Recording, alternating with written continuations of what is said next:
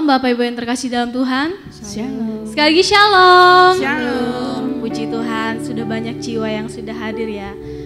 Mari pada pagi hari ini kita akan datang ke hadirat Tuhan. Kita mau berdoa terlebih dahulu. Terima kasih Tuhan untuk anugerah-Mu dalam hidup kami. Terima kasih untuk kebaikan-Mu Bapa. Kami percaya Engkau memberkati kami. Itu bukan karena kebaikan kami, tetapi karena anugerah dan kebaikan yang Tuhan mau berikan kepada kami. Pagi ini Tuhan, kami mau memuji Engkau, kami mau menyembah Engkau, kami mau mengagungkan nama-Mu, sebab segala pujian kami berikan hanya untuk kemuliaan dalam nama-Mu Tuhan. Terima kasih Tuhan, terima kasih. Biar Engkau Tuhan disenangkan melalui puji-pujian kami Bapa. Terima kasih Tuhan.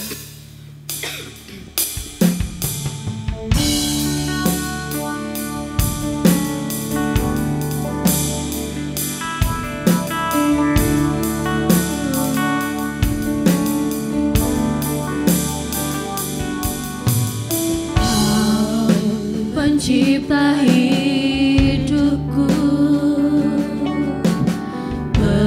pelihara jiwaku, Kau layak terima segala pujian, ku naikkan syukurku. Kau pemilik dalam kasih setiamu, Yesusku, Kau layak terima segala pujian, ku naikkan sembahku.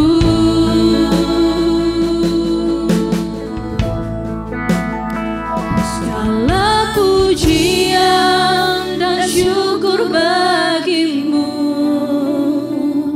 Allah yang mulia, kuduslah nama-Mu.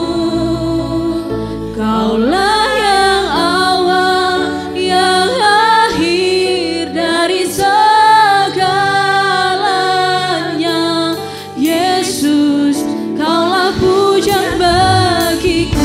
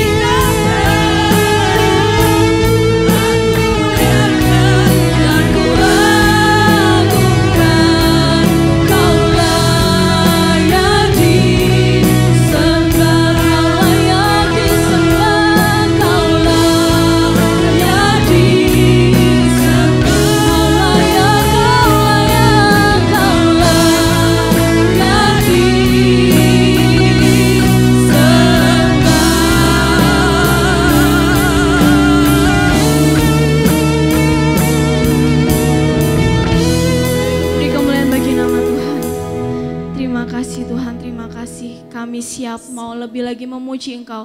Kami siap lagi mengagungkan nama-Mu. Yang siap memuji Tuhan sama-sama katakan amin. Siap memuji Tuhan? Kita percaya bahwa saat-saat ini adalah saat yang sangat menakutkan buat kita, tapi kita percaya kalau kita hidup bersama Tuhan tidak ada yang perlu kita khawatirkan. Amin. Karena bumi akan berlalu, bulan akan percaya, tapi kita percaya kasih Tuhan tidak pernah lepas dalam hidup kita.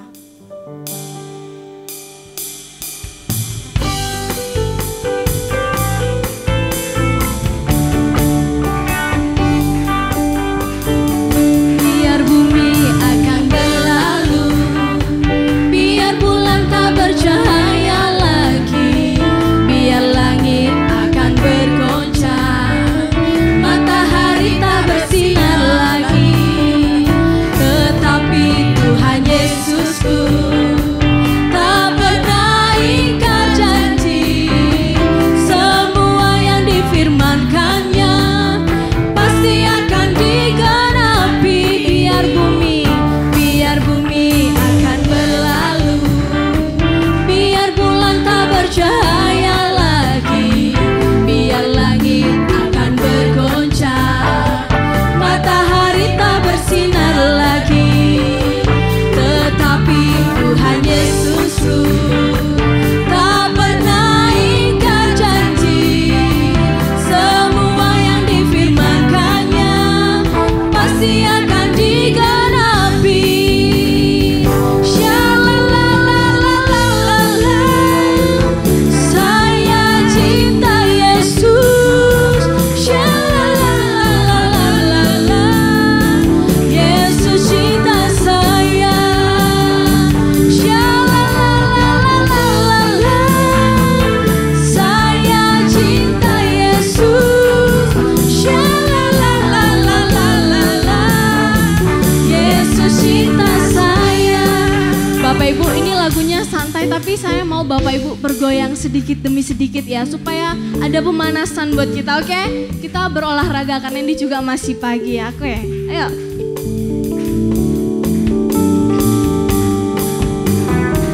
Biar bumi akan berlalu, biar bulan tak bercahaya lagi, biar langit akan bergoncang, matahari tak bersinar lagi, tetapi Tuhan Yesusku tak pernah ingkar janji. Semua yang difirmankannya pasti akan digenapi. Shalalalalala, saya cinta Yesus. Shalalalalala, Yesus cinta saya.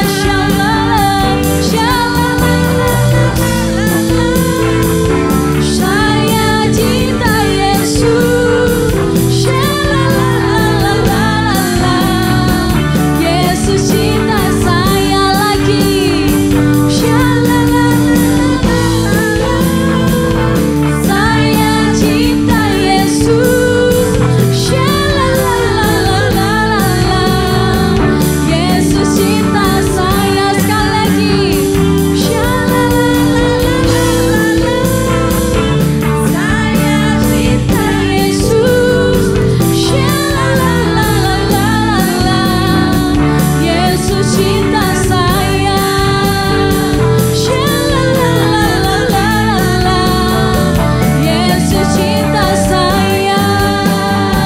Shalalalalala, Yesus cinta saya. Bapak Ibu percaya bahwa Tuhan Yesus cinta sama kita? Bapak Ibu percaya? Amin. Amin. Kita percaya karena hari ini adalah hari yang terbaik buat kita.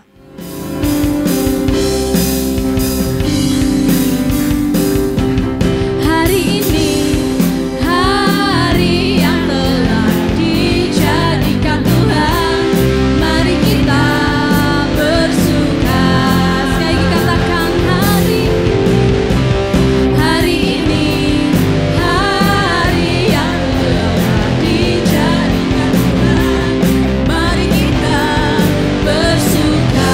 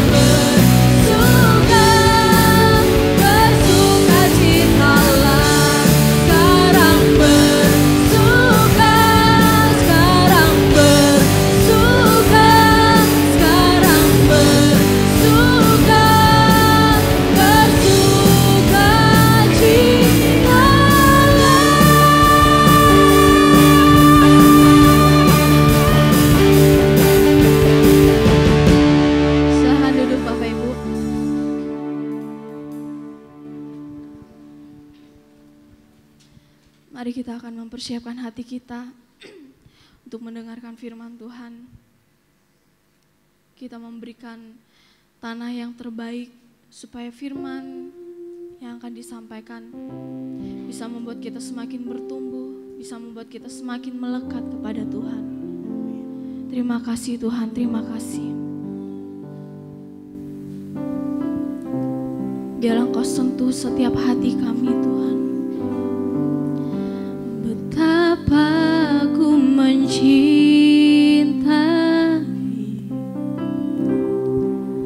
segala yang telah terjadi. Tak pernah sendiri jalani hidup ini, selalu menyertai.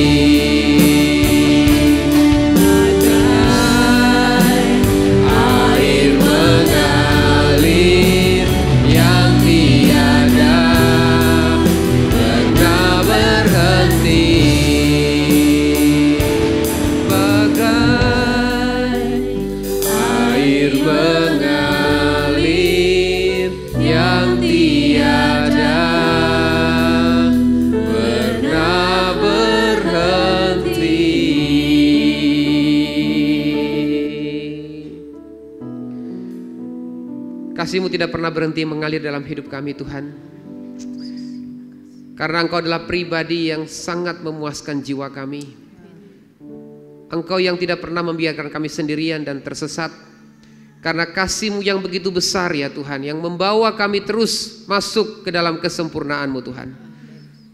Engkau terangi dan terobosi hati kami Bapa, supaya apa yang kami lakukan semuanya berkenan di hadapan-Mu.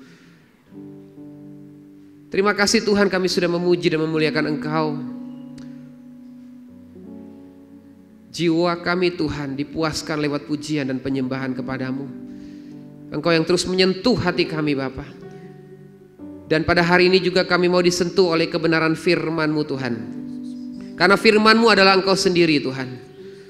Biarlah sumber kehidupan itu yang membawa kami kepada kemenangan demi kemenangan, membawa kami kepada kesempurnaan Bapa. Urapi hamba-Mu dan urapi setiap kami ya Tuhan. Biarlah setiap firman yang hamba sampaikan berasal dari Engkau saja Tuhan. Dan sembunyikan hamba-Mu di balik salib-Mu Tuhan. Dan kami percaya ketika kami membuka hati kami, maka firman-Mu itu yang akan menguatkan iman kami. Dan firman-Mu itu yang akan membuat kami terus berbuah, supaya kehidupan kami menjadi berkat bagi banyak orang. Engkau memberkati tim Praise and Worship yang sudah mengambil bagian dalam pelayanan pada hari ini. Berkat-Mu melimpah, urapan Tuhan kembalikan bagi mereka. Bahkan kami semua yang hadir pada hari ini, mari Engkau ambil alih ya Roh Kudus, supaya firman itu jatuh di tanah yang baik, firman itu bertumbuh, berbuah dan berlipat ganda. Terima kasih Bapa di surga, kami siap untuk menerima kebenaran firman-Mu. Dalam nama Tuhan kami Yesus Kristus, setiap kita yang mengasihi Tuhan berkata, amin. Silakan duduk. Ya, shalom. Selamat pagi Bapak Ibu Saudara, salam sejahtera bagi kita semua. Ya, ini untuk pertama kali saya ada di tempat ini. Ya, saya teman juga dari Pak Pendeta Arif, Bapak Ibu Arif di sini juga ya. Satu MPW Semarang. Perkenalkan, nama saya Wilianto Pontonowo. Asal saya dari Manja, tapi bukan anak Manja ya. Manja itu Manado Jawa. Ya, Manado Jawa, dan saya dari tahun 2011 saya ada di Semarang. Lahir di Semarang hanya sementara. Akhirnya ke Kota Poso ya, tempat konflik kerusuhan Poso, saya ada di sana. Dan 2011 saya kembali lagi ke Semarang. Saya bersama dengan istri saya Melisa Yesiana dan anak Keren Hapuk, dan ibu saya, ibu dari istri. Kami dari Jogja ya kemarin. Dan saya melayani di STT Kristus Alpha Omega sebagai dosen dan hamba Tuhan di Gereja Alpha Omega di Gajah Mada, dan melayani juga sebagai penggembalaan bersama Bapak Pendeta John Iman di GBT Demak ya. Demak itu daerah Sayung yang lagi rob, dan di sana juga daerah hijau. Tapi kami terus membaur dengan orang-orang mayoritas di sana. Dan puji Tuhan sampai hari ini kami masih bebas beribadah. Dan di jemaat kami juga ada beberapa yang dari non-Kristen yang akhirnya juga terima Yesus, mengalami Tuhan ya. Semua karena anugerah Tuhan. Ini perkenalan singkat dari saya secara pribadi. Dan terima kasih buat Bapak Ibu Gembala di tempat ini. Karena Bapak Gembala dalam kondisi kurang sehat ya, kemarin menginfokan untuk tuker ya. Dan hari ini saya bisa melayani tempat ini. Semua karena anugerah Tuhan dan semua karena kasih karunia Tuhan. Ya, hari ini kita akan belajar satu kebenaran firman Tuhan, yaitu A Precious Life ya. Judulnya adalah A Precious Life, atau kehidupan yang berharga ya. Tema kita di bulan ini Bapak Ibu, tema kita di bulan Juli ini adalah sempurna oleh penanganan Tuhan ya. Bagaimana kita disempurnakan bukan dengan kekuatan kita, tapi kita disempurnakan oleh anugerah Tuhan, oleh kasih karunia. Namanya penanganan Tuhan, berarti Tuhan yang berdaulat penuh di dalam kehidupan setiap kita orang percaya. Tentunya A Precious Life ini harus benar-benar terpatri di dalam kehidupan saudara dan saya. Kalau kita melihat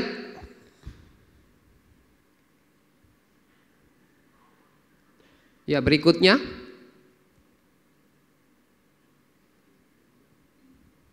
oke. Ya, kita akan baca bersama dulu ayat ini, Mazmur 138 ayat yang ke-8. 1, 2, 3. Tuhan akan menyelesaikannya bagiku. Ya Tuhan, kasih setiamu untuk selama-lamanya. Janganlah kau tinggalkan perbuatan tanganmu. Ya. Jadi dikatakan Tuhan akan menyelesaikan bagiku. Ya. Kalau Tuhan yang mengawali, Tuhan juga yang akan menyelesaikan. Ya. Tuhan tidak pernah setengah-setengah membawa kita kepada yang namanya kesempurnaan. Makanya sempurna ini di dalam bahasa asli adalah kados. Itu adalah milik Tuhan. Kesempurnaan yang dari Tuhan adalah kesempurnaan yang murni, yang original, yang tidak bercacat, tidak ada benih dosa. Tetapi kesempurnaan manusia itu di dalam bahasa asli adalah hagios, artinya terpisah. Kata terpisah dari dunia artinya kita masih punya benih dosa, kita masih bisa berbuat dosa. Makanya kita butuh campur tangan Tuhan. Makanya kita diselamatkan karena anugerah.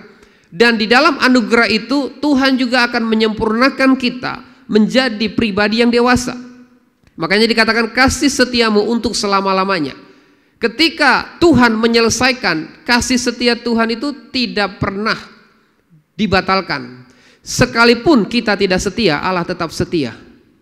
Itu yang membuat orang percaya, orang Kristen yang menerima Yesus secara pribadi, diberikan materai Roh Kudus, dia pun satu level lebih tinggi daripada orang-orang di dunia yang beragama tetapi tidak punya Yesus Kristus. Kita punya Kristus. Ini level kita lebih tinggi.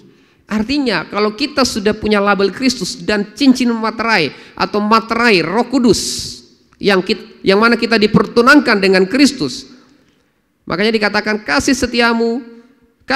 setiamu untuk selama-lamanya. Jangan kau tinggalkan perbuatan tanganmu. Ya. Selama kita ada di dalam penanganan Tuhan, selama kita mau dibentuk oleh Tuhan, kita akan dibawa kepada yang namanya kesempurnaan. Amin. Ya, saat ini kita sedang diproses.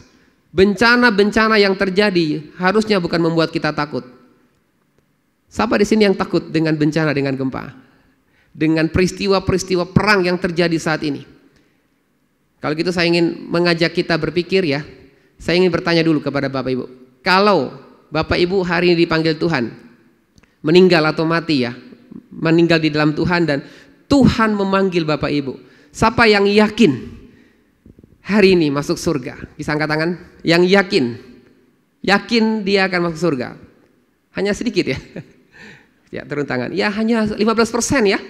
15%. Saya juga bertanya dalam satu persekutuan sebelumnya di tempat di Semarang, dari sekitar 90 yang hadir ya, 90 itu hanya 30% yang angkat tangan.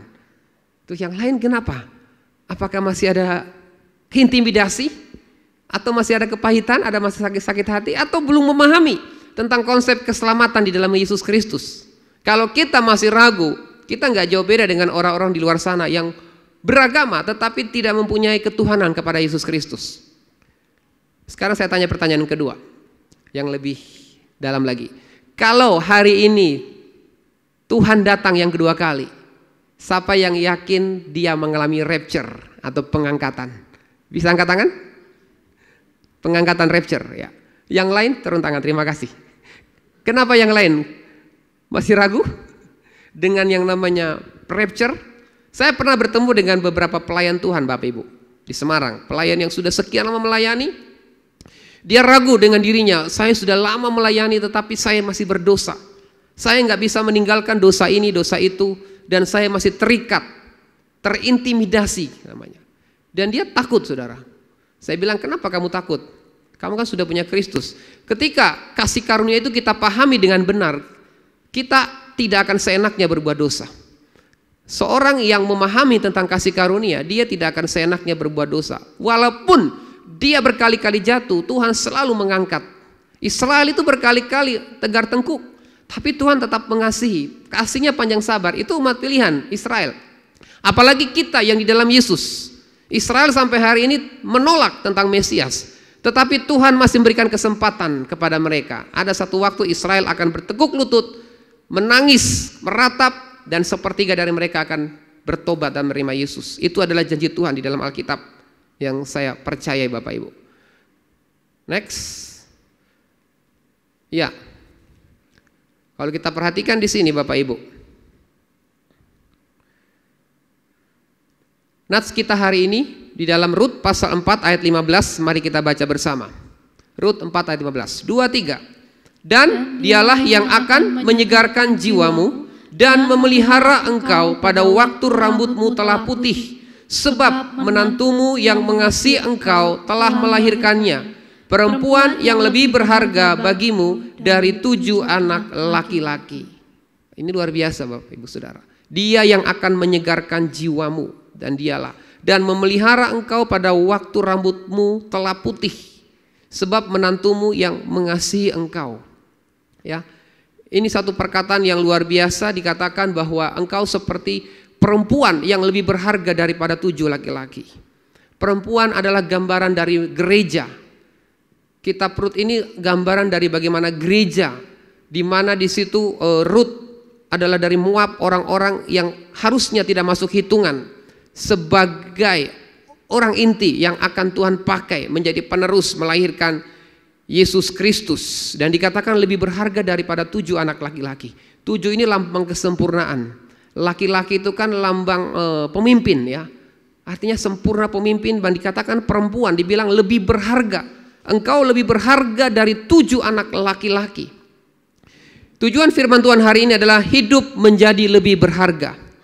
Ya, kita akan mengekspos bagaimana kisah seorang tokoh yang bernama Rut. Ya, minggu lalu kita akan belajar tentang Nuh, bagaimana Nuh yang takut akan Tuhan, dan kita belajar bagaimana Rut orang yang setia, Rut orang yang taat kepada firman. Makanya kita dituntut untuk menjadi lebih berharga. Kalau kita merasa berharga karena sesuatu hal yang sifatnya manusia, ya, yang hal-hal yang kelihatan.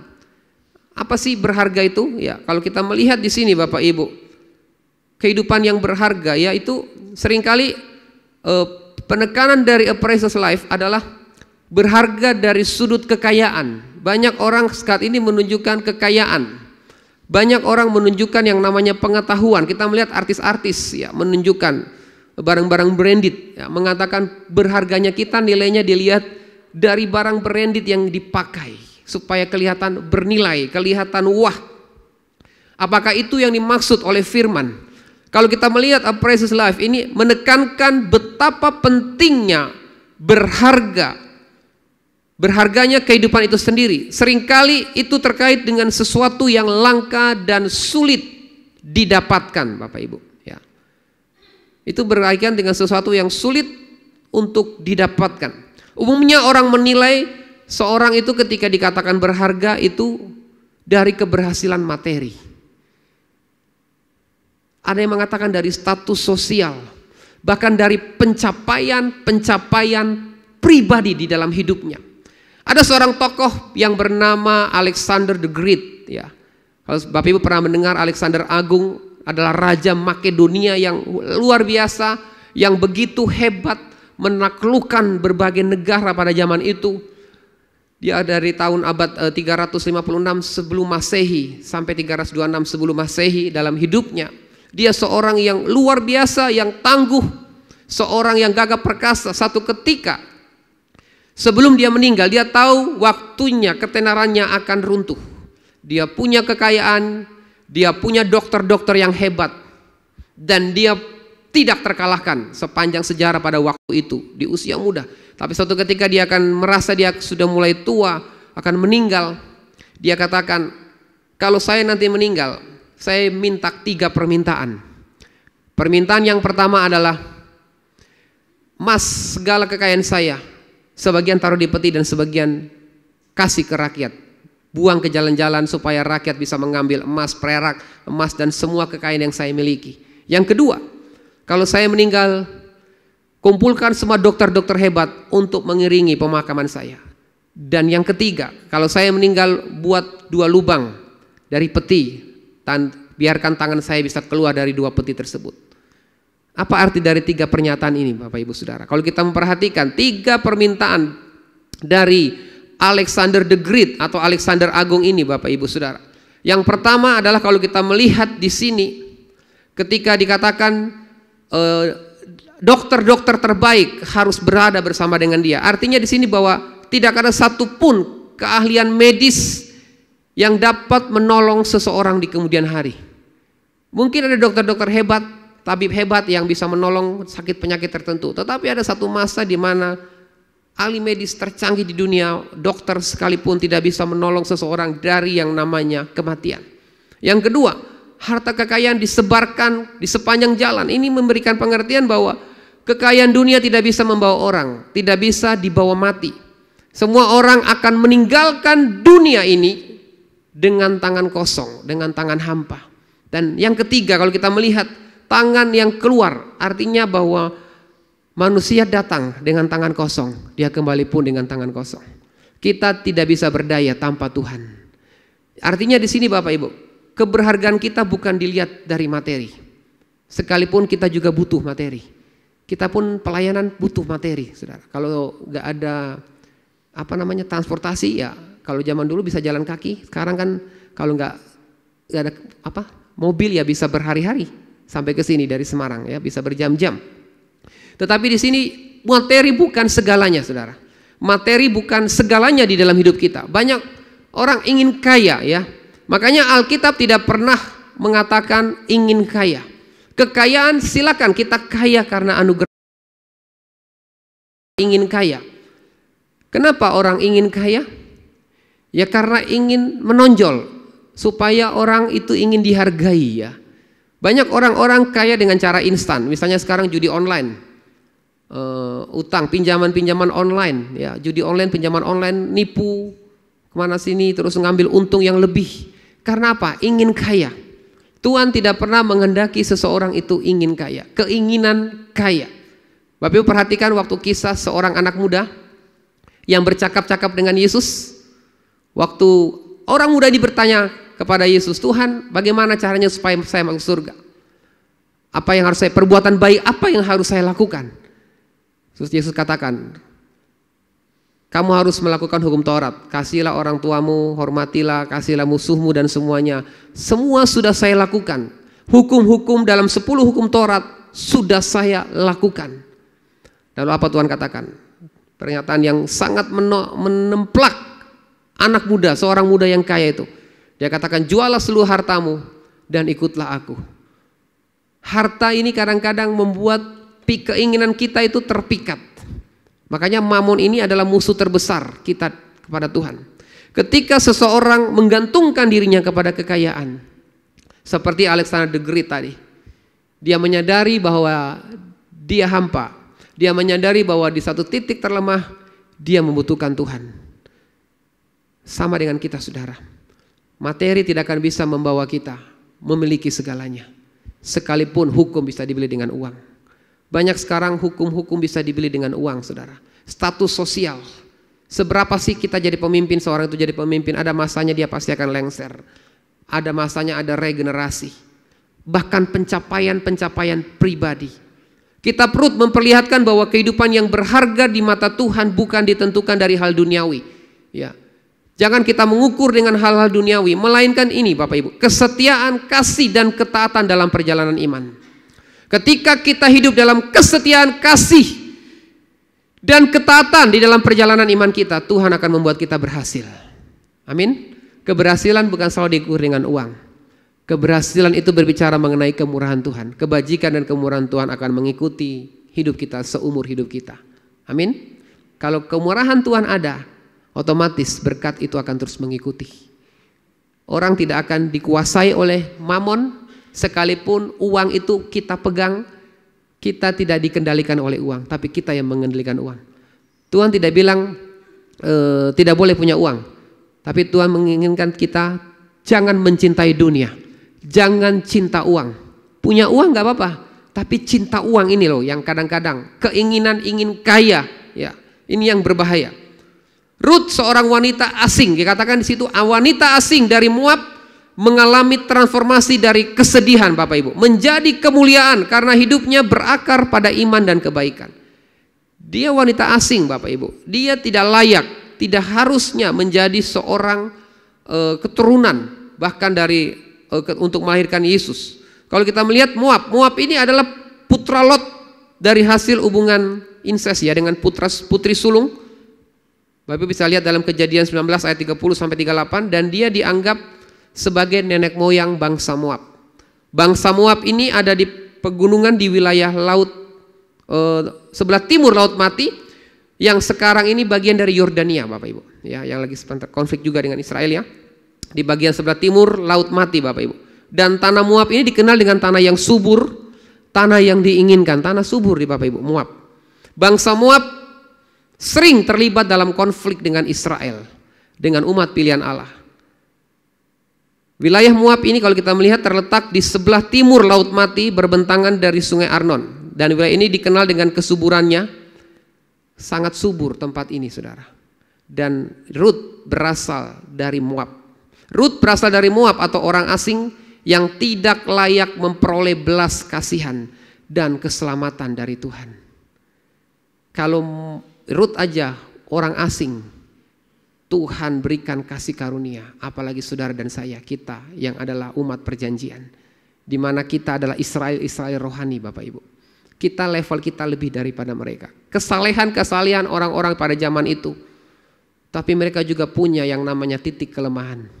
Mereka juga punya cacat. Nuh punya cacat, apa? Mabuk, kan pemabuk. Karena dia belum memahami seluruhnya, Bapak Ibu. Kita sudah memahami sepenuhnya Alkitab ini dari Kejadian sampai Wahyu. Kita diberikan pemahaman yang luar biasa, Bapak Ibu. Tetapi zaman Nuh mereka hanya sebagian. Mereka masih punya cacat. Zamannya Daud juga punya cacat. Apa? Ya mungkin sekarang istilahnya hamba Tuhan cabul ya, pendeta cabul. Tapi Tuhan masih berkenan. Tuhan masih punya andil. Karena apa? Dia punya kerendahan hati untuk datang bertobat kepada Tuhan. Rut juga demikian, dia orang asing yang harusnya tidak layak, tetapi memperoleh yang namanya keselamatan. Kalau kita perhatikan di sini Bapak Ibu berikut. Yang pertama, Bapak Ibu, untuk kita mengalami yang namanya keberhargaan di hadapan Tuhan, menjadi bagaimana kehidupan yang berharga, a precious life. Ini yang paling penting Bapak Ibu, kesetiaan di dalam penderitaan. Orang bisa setia ketika Tuhan memberkati orang itu. Orang itu bisa setia kalau kehidupannya aman-aman aja. Tetapi yang jadi pertanyaan adalah ketika dalam penderitaan, bagaimana kesetiaan kita, Bapak? Rut 1 ayat 16 sampai 17. Mari kita baca bersama. 2, 3.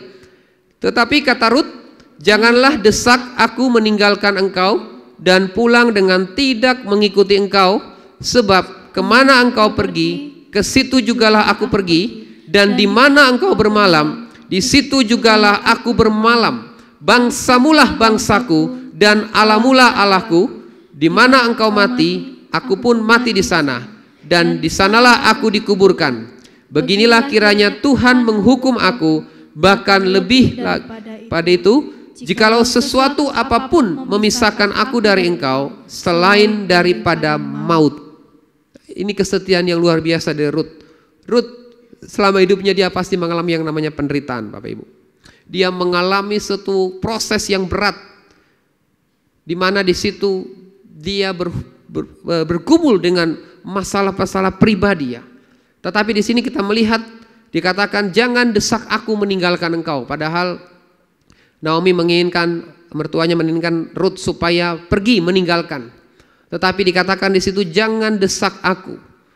Dia akan tetap setia bersama dengan Naomi, Bapak Ibu. Kalau kita melihat di sini Bapak Ibu. Yang berikut,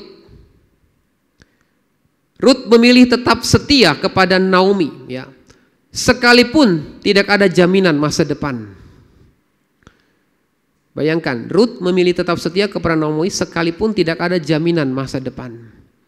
Kita punya Kristus yang memiliki jaminan masa depan, yaitu keselamatan yang kekal. Seberapa jauhkah kepengikutan kita kepada Kristus, Bapak Ibu?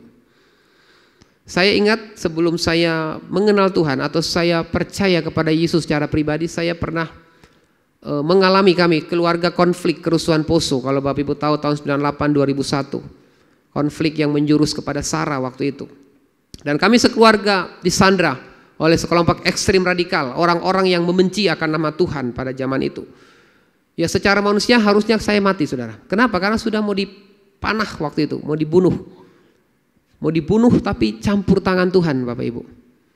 Situasi yang begitu mencekam akhirnya membawa saya untuk melakukan rekonsiliasi, untuk introspeksi diri, apa sih maksud Tuhan dalam hidup saya. Dan disitulah titik balik di mana saya menyerahkan diri hidup total bagi Tuhan. Cukup sampai di situ, 1 tahun kemudian papa saya pun jadi martir, dibunuh oleh sekelompok ekstrim radikal 1 tahun kemudian.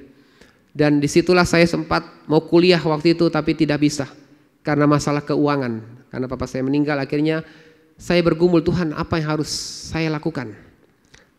Saya ditawarkan oleh sekolah-sekolah teologi, beberapa sekolah teologi termasuk sekolah universitas di Salatiga waktu itu, Satya Wacana. Dan saya bergumul apakah saya harus menjadi seorang guru, waktu itu saya tertarik dengan biologi, atau menjadi hamba Tuhan sepenuhnya. Saya bergumul dan akhirnya Tuhan menuntun saya, menuntun untuk mengikuti panggilan Tuhan. Dan Tuhan kata-kata seperti ini, aku setia menyertai engkau sampai kesudahan zaman. Perkataan itulah yang terngiang dalam telinga saya waktu saya membuka Alkitab. Itu dibuktikan waktu sebelum kerusuhan Poso, Tuhan Roh Kudus ngomong, berdoa. Padahal saya nggak bisa berdoa, Bapak Ibu. Saya nggak bisa berdoa waktu itu, ngomong saya terpatah-patah, nggak seperti sekarang ini. Saya nggak tahu berdoa, takut, gugup, kadang ya keringat dingin. Tapi itu yang membuat saya akhirnya saya berdoa, dan saya doanya gini, Tuhan berikan saya kekuatan, kalau pencobaan itu ada, berikan saya kekuatan. Tetapi jangan biarkan kami terjerumus dengan pencobaan itu. Lepaskanlah kami dari pencobaan ini. Itu yang saya ingat waktu itu doa itu. Dan puji Tuhan, Tuhan selamatkan dengan caranya. Dan ini yang membuat saya setia sampai hari ini. Untuk sekalipun tidak akan pernah meninggalkan Yesus. Sekalipun dengan harta, Bapak Ibu. Ada teman saya waktu itu masuk artis ya, cover boy di Anak Pendeta, saudara. Masuk golongan artis, anak pendeta. Dia orang yang cinta Tuhan, pelayanan. Tapi ketika ditawarkan sesuatu untuk pindah iman, dia mau. Demi kekayaan, demi uang, dia mau meninggalkan imannya kepada Yesus. Anak seorang pendeta, saudara. Sudah sekian tahun melayani. Kalau bukan karena anugerah Tuhan, kita tidak akan bisa kuat sampai hari ini. Jangan membangun kesalehan atau kekudusan kita dengan kekuatan kita. Ketika kita membangun dengan kekuatan kita, tawaran apapun akan membuat kita jatuh. Orang yang membangun kesalehan dengan kekuatannya, suatu saat dia akan jatuh. Tetapi kalau dia membangun kesalahan dengan hubungan pribadi dengan Tuhan, dia akan tetap setia sekalipun menderita. Amin. Menderita sekalipun kita berbuat dosa, sekalipun kita diperhadapkan dengan dosa, ya, diperhadapkan dosa, kita akan tetap taat untuk hidup benar, saudara. Untuk tetap setia, Bapak Ibu. Kesetiaan Rut menunjukkan bahwa kehidupan yang berharga bukanlah yang mudah, tetapi yang berani bertahan dalam kasih dan komitmen. Ada satu komitmen, Bapak Ibu. Saudara, kalau kita nggak punya komitmen, kita akan meninggalkan Tuhan. Dalam relasi dan pelayanan juga, kesetiaan sangat bernilai, Bapak Ibu. Kesetiaan ini sangat penting. Banyak orang yang berbuat baik, banyak orang yang baik hati, tetapi orang yang setia, siapakah yang menemukannya? Rut, gambaran dari gereja yang setia. Dia adalah orang asing yang gak masuk hitungan, tetapi Tuhan melihat kesetiaannya yang dari hatinya, yang begitu tulus untuk setia menemani Naomi sampai seumur hidup bahkan dikatakan. Itu yang membuktikan dia bernilai. Ya, dalam relasi dan pelayanan ini penting, saudara. Orang kalau tidak punya kesetiaan, pasti suatu saat pelayanannya pasti akan hancur. Banyak orang jatuh dalam pelayanan, dalam dosa-dosa tertentu, dalam amoral, dalam keuangan, karena dia tidak setia. Relasi bisa hancur karena ketidaksetiaan. Tuhan ingin, tapi Tuhan kita tidak pernah batal janjinya dengan ketidaksetiaan kita. Kekudusan Tuhan tidak bisa tercoreng dengan seburuknya dosa-dosa yang kita lakukan. Semakin kita menyadari kita berdosa, seharusnya kita mau datang kepada Tuhan. Tuhan akan terus memberikan anugerahnya kepada kita, saudara. Tuhan tidak pernah meninggalkan sedikit pun. Karena apa? Kita sudah punya janji. Materai itu seumur hidup, Bapak Ibu. Roh Kudus akan terus membackup kita. Selama kita belum murtad atau menghujat Roh Kudus ya. Selama kita belum menghujat Roh Kudus atau murtad, Roh Kudus itu akan terus menuntun kita. Ada waktunya dia akan sadar, saudara. Makanya jangan sampai cambuk yang keras baru buat kita sadar. Apakah kita setia kepada Tuhan dan pekerjaannya dalam masa-masa yang sulit? Kita perlu introspeksi Bapak Ibu. Apakah kita setia kepada Tuhan, kepada pekerjaan-pekerjaannya di masa-masa yang sulit sekarang ini? Masa sekarang ini masa yang gak mudah Bapak Ibu. Berbeda dengan zaman-zaman sebelumnya. Dan saya merasa bahwa ini masa-masa percepatan. Satu hari itu rasanya cepat. Bapak Ibu merasakan gak? Setiap hari itu rasanya cepat Bapak Ibu. Dan dunia sekarang ini, dunia tingkat amoralitas semakin tinggi. Kejahatan semakin tinggi. Bahkan menyukai sesama jenis itu juga semakin banyak, saudara. Tapi kita tidak boleh untuk membenci orang-orang seperti itu. Yang kita benci adalah dosanya, tapi perbuatannya, tapi bukan orangnya. Di sini Tuhan ajar Bapak Ibu. Saya ingat beberapa tahun lalu saya melayani orang yang homo, saudara. Belum beberapa tahun waktu saya sebelum jadi hamba Tuhan Bapak Ibu. Enggak seperti sekarang. Dia homo, ternyata dia dari non-Kristen. Dan pingin belajar Alkitab. Dari jam 10 sampai jam 2 malam saya ajarin Alkitab, firman Tuhan Bapak Ibu. Dan dia pingin kenal Tuhan. Singkat cerita Bapak Ibu, 1 tahun kemudian saya tanyakan bagaimana kamu. Ternyata dia sudah lahir baru, dibaptis dalam satu gereja. Dan saya katakan, kamu masih ini sudah normal kan? Oh, sudah normal, dia bisa dipulihkan saudara. Cukup panjang waktunya. Kadang orang kan takut kalau dengan ketemu dengan orang yang homo, orang-orang yang aneh. Tapi dia berubah. Dia berubah dan dia melayani Tuhan Bapak Ibu. Ya, artinya di sini kita jangan terlalu eksklusif. Merasa kita paling benar Bapak Ibu. Ya. Karena kita melihat bagaimana orang kaya yang berbuat baik.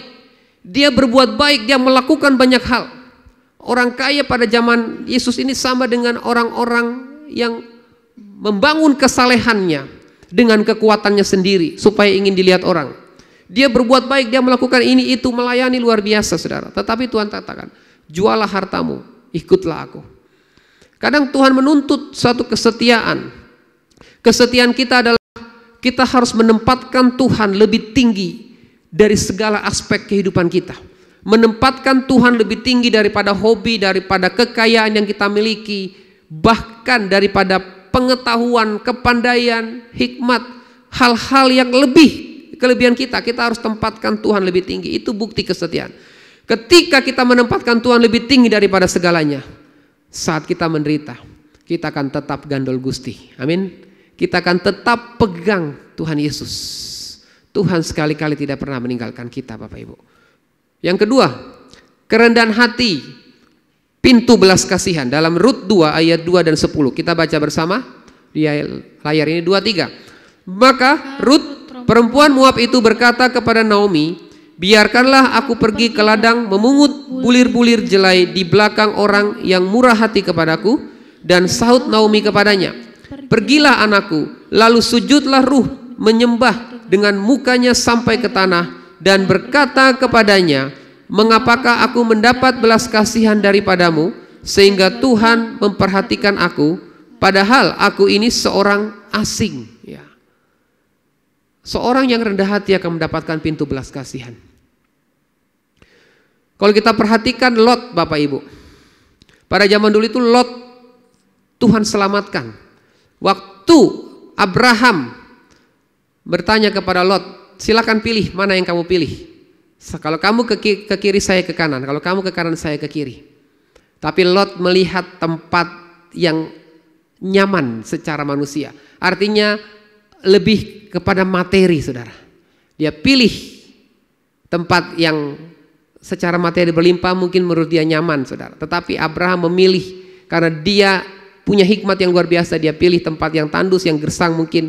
Tetapi di situ dia bisa konsentrasi dengan Tuhan. Tetapi Lot ternyata di situ kejahatan yang luar biasa. Tempat yang kelihatannya penuh dengan kemakmuran secara materi, secara duniawi. Tetapi di situ kejahatan yang luar biasa.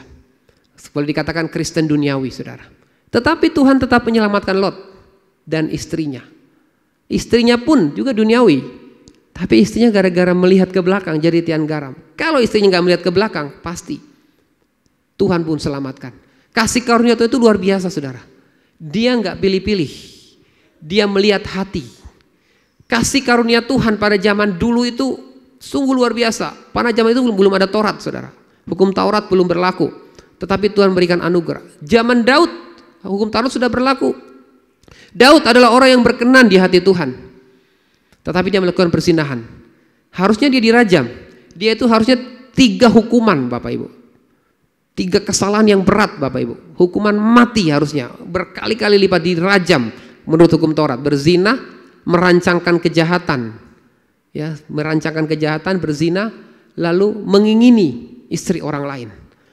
Tetapi Tuhan terus memberikan yang namanya pintu kasih karunia. Demikian juga kepada Rut. Ya, Rut, dia pun dikatakan, aku ini seorang asing, bagaimana mungkin aku mendapatkan belas kasihan? Ketika kita rendah hati di hadapan Tuhan, Tuhan akan memberikan belas kasihan kepada kita. Amin. Jangan merasa kita hebat, Bapak Ibu. Kadang-kadang ketika kita dengan kesombongan kita, Bapak Ibu, orang yang sombong, Bapak Ibu, ketika Tuhan hajar dengan sesuatu hal, ketika dia rendah hati, Tuhan tetap akan berikan yang namanya pintu kasih karunia atau belas kasihan itu, Bapak Ibu. Siapapun sampai hari ini belas kasihan itu lebih luar biasa, Pak. Standar kekudusan lebih tinggi sekarang. Tetapi tentunya standar belas kasihan juga lebih luas dibandingkan kepada zaman Nuh, zaman Lot, zaman Rut. Belas kasihan sekarang itu lebih luar biasa, saudara. Saya tidak mengajarkan Bapak Ibu untuk seenaknya berbuat dosa, Bapak Ibu. Orang yang menghargai kasih karunia, dia akan menjauhi dosa. Dia tidak akan terikat dengan dosa. Walaupun kadang kita bisa berbuat dosa, Bapak Ibu. Kita ini masih daging, Bapak Ibu. Rut tidak menuntut hak. Ya. Rut tidak menuntut hak, melainkan menunjukkan kerendahan hati dan inisiatif untuk bekerja. Orang yang rendah hati, dia tidak akan setengah-setengah untuk melakukan pekerjaan pelayanan, Bapak Ibu. Seorang yang rendah hati, Tuhan pasti akan angkat. Orang yang rendah hati, Tuhan tidak pernah mempermalukan. Kehidupan yang berharga, the price of life ini adalah kehidupan yang mau bekerja keras dan bertanggung jawab, bukan bergantung kepada belas kasihan orang lain, Bapak Ibu. Kita jangan bergantung kepada belas kasihan orang lain. Karena bergantung kepada orang lain itu bisa mengecewakan, Bapak Ibu. Saya ingat pada waktu saya melayani, Bapak Ibu, pertama kali di full timer gereja. Waktu itu saya baru lulus S2, Bapak Ibu. S2 di Inteos, terus saya ngangkat buku renungan, Bapak Ibu ya. Terus ada jematannya gini, kamu kan lulusan S2, harusnya kamu ngajar ini, masa lulusan S2 ngangkat-ngangkat? Terus saya bilang, Pak, melayani bukan hanya di atas mimbar, melayani bukan hanya yang kelihatan, tetapi dari hal yang terkecil itu juga pelayanan, Pak. Saya bilang seperti itu, Pak Ibu. Ya, kadang-kadang orang menilai pelayanan itu harus terlihat di mimbar, harus nampak, Bapak Ibu. Beberapa tahun lalu saya waktu pelayanan di Tulung Agung, waktu kami seperti ini kan praktek itu ya, praktek 2 bulan, kalau weekend atau praktek, itu ada seorang lulusan teologi, Bapak Ibu.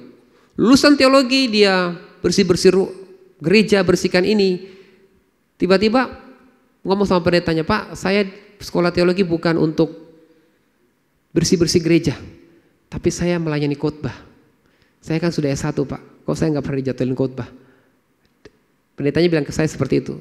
Dan akhirnya besok dikasih surat cinta, Bapak Ibu. Besok pulang kampung, nggak usah praktek lagi tempat ini. Dan itu yang saya ingat, Bapak Ibu. Dan kami di situ nggak dijatuhin khotbah selama berapa bulan itu. Tapi kami setia, bersih-bersih, kadang ngecat, besuk, kunjungan itu nggak boleh pakai motor, jalan kaki, kadang harus pakai sepeda. Ya kami belajar, Bapak Ibu, untuk rendah hati, untuk tidak protes. Tetapi lewat peristiwa itu membuat saya mengerti sekarang. Ketika Tuhan angkat dalam pelayanan, saya teringat dengan beberapa tahun yang lalu. Bagaimana kerendahan hati itu sangat penting. Amin. Ketika orang rendah hati, Tuhan akan membuka pintu belas kasihan bagi kita. Dan Tuhan akan menggerakkan orang. Dan pelayanan kita akan semakin berkembang, Bapak Ibu. Mulai dari hal-hal yang kecil. Kesetiaan itu akan diuji dari hal yang kecil, Bapak Ibu, yang tidak pernah menuntut. Tuhan memperhatikan sikap hati yang rajin dan tidak mengeluh. Ya, jangan pernah mengeluh. Amin. Saudara melayani tempat ini, saudara berjemaat di tempat ini, jangan pernah tergoyahkan. Sekarang banyak persaingan-persaingan, maaf dalam tanda kutip, rebut-rebut jiwa dengan sembako, dengan ini. Kami punya jemaat di Demak itu beberapa kali ditawarin antar jemput sembako. Dia nggak mau, saudara. Dia tetap setia di gereja lokal kami. Dan puji Tuhan Bapak Ibu, berapa bulan ini, setiap bulan itu ada sembako Bapak Ibu. Ada orang digerakkan sampai bulan Desember nanti. Ya semua karena kemurahan Tuhan. Kalau bukan karena kemurahan Tuhan, nggak tahu ya. Ini kadang-kadang ajaib ini cara-cara Tuhan. Jemaat kami begitu setia Bapak Ibu. Sekalipun kami tidak mengiming-imingkan dengan uang dengan ini. Karena ada beberapa gereja kan sering kasih sembako dan ini supaya jemaatnya pindah. Perpindahan jiwa ya. Harusnya kan kita penambahan jiwa. Kalau penambahan jiwa kan jiwa-jiwa baru Bapak Ibu. Bukan perpindahannya, ini urusan dengan Tuhan ya. Yang penting kita melayani dengan kesetiaan. Memperhatikan sikap hati yang rajin dan tidak mengeluh. Di dalam Amsal 22 ayat 4. Kita baca bersama. 1, 2, 3.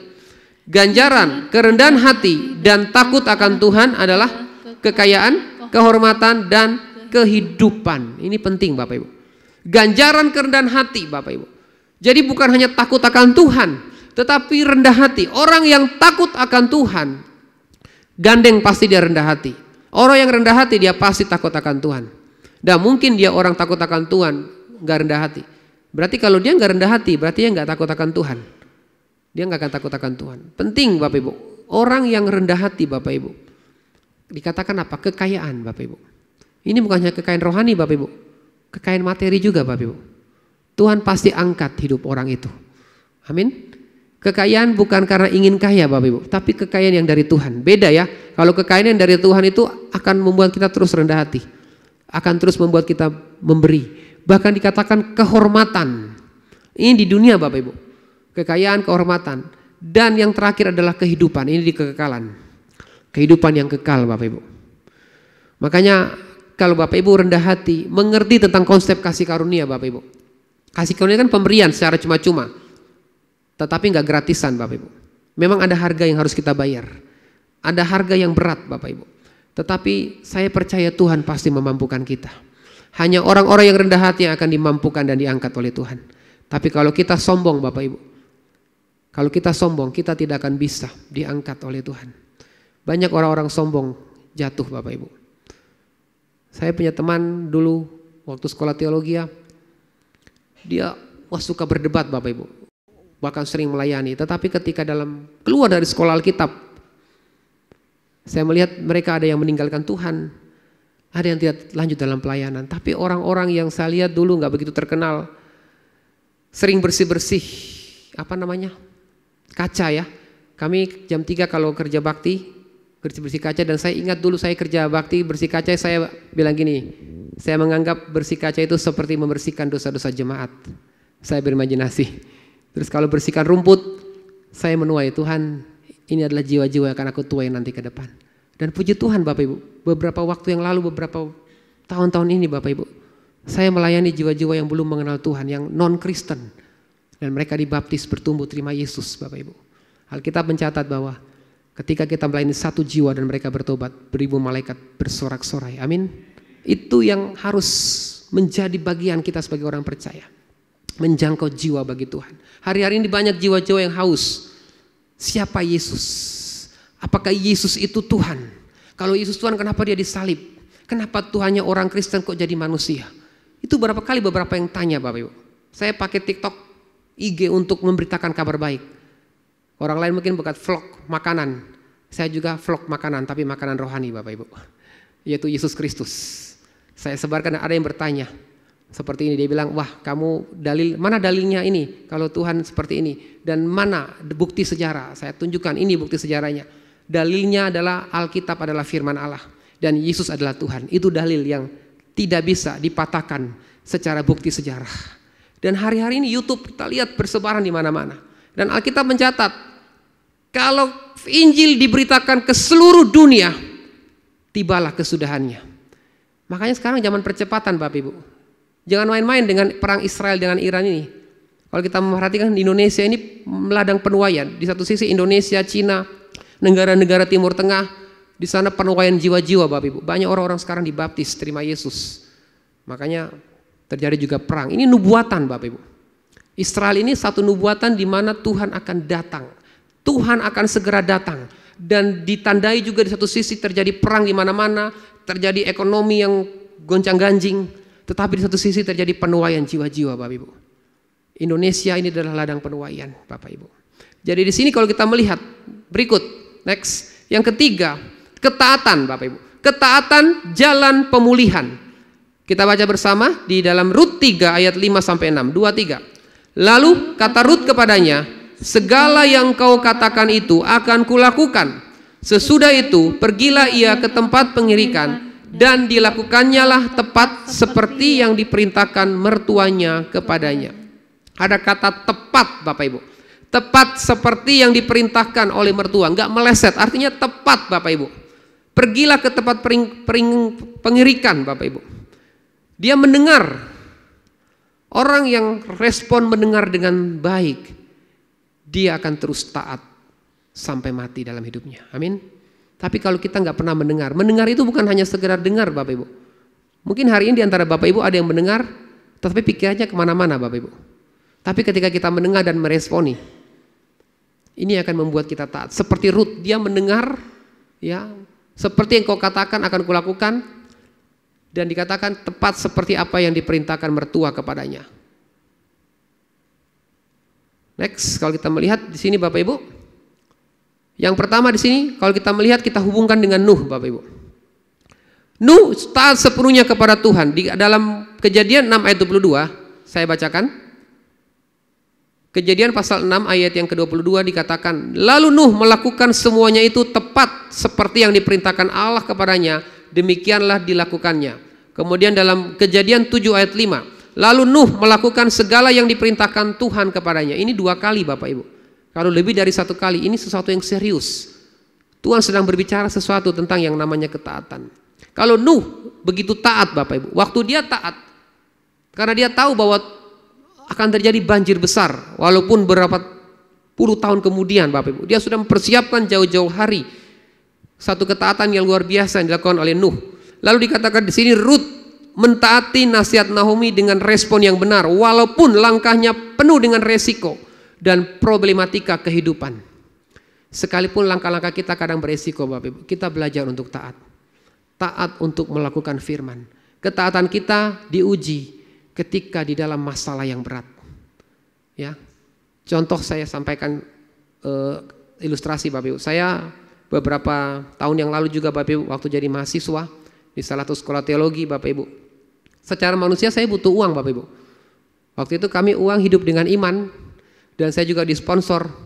Untuk beli mie ayam aja harus bergumul Bapak Ibu. Zaman itu mie ayam harganya 5.000. Kalau saya ada uang, saya belikan buku, kadang saya bantu teman, dan saya lakukan namanya pelayanan malaikat. Saya bantu masukin amplop, masukin ke bawah bantal, kadang beli sabun. Orang itu nggak tahu sampai sekarang.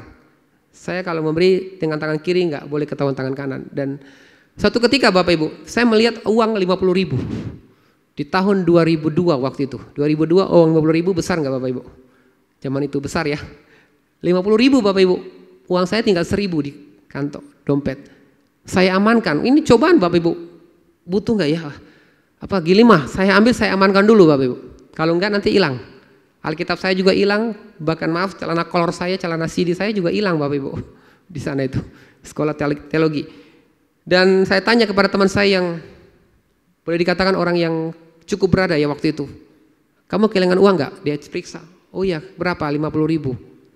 Saya tahu orang itu, enggak mungkin teman-teman yang lain karena mereka nggak punya uang sebesar itu. Saya kembalikan uang itu Bapak Ibu. Saya belajar taat dari hal yang kecil dalam hal keuangan Bapak Ibu.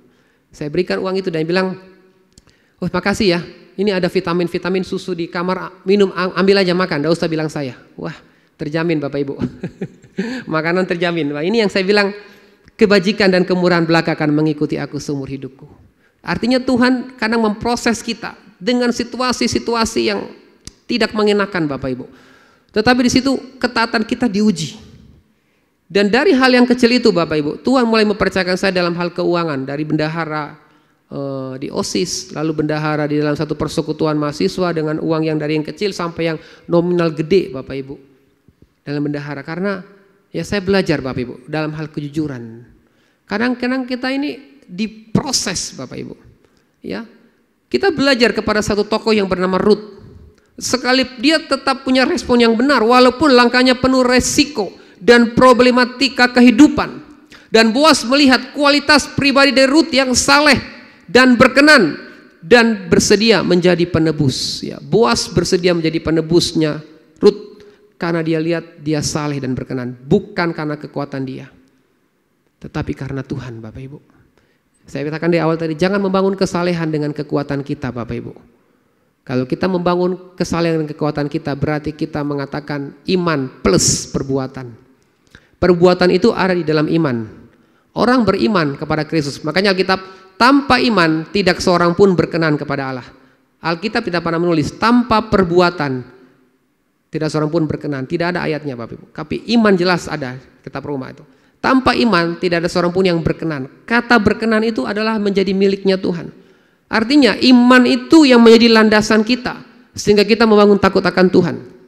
Orang Kristen berbuat baik bukan lagi untuk masuk surga, tapi berbuat baik untuk apa? Memperoleh upah, memperoleh reward, memperoleh hadiah. Makanya ada buah-buah roh. Itu memperoleh hadiah.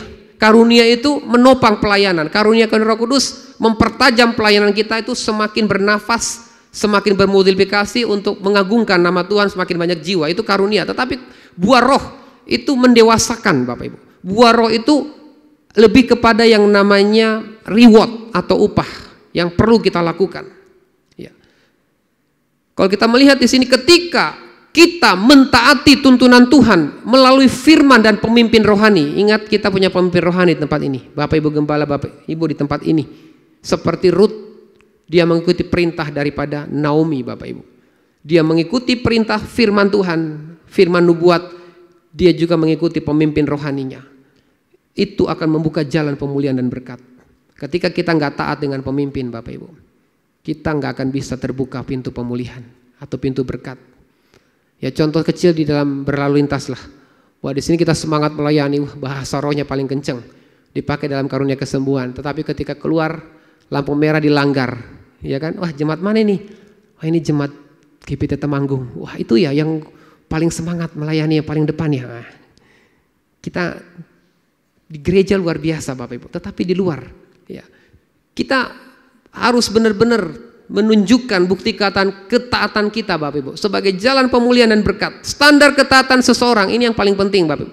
Standar ketaatan kita bukan karena rutinitas atau kewajiban, tetapi standar ketaatan seseorang adalah mengasihi Tuhan. Kalau Bapak Ibu mengasihi Tuhan, kita pasti taat Bapak Ibu. Amin. Tapi kalau kita nggak punya kasih kepada Tuhan, ketaatan kita itu hanya sekedar kewajiban. Kita nggak jauh beda dengan orang Yahudi, orang-orang Israel, orang-orang yang memegang Taurat yang tidak punya Kristus Bapak Ibu. Mereka taat, tapi bukan karena Kristus, tetapi karena ingin masuk surga. Mereka taat karena satu kewajiban Bapak Ibu, seremonial, satu liturgi yang harus mereka lakukan Bapak Ibu. Ketaatan kita ini standar moral Bapak Ibu. Makanya manusia itu nggak ada yang sempurna. Ada di sini yang sudah sempurna Bapak Ibu? Ada yang sudah sempurna? Nggak ada kan?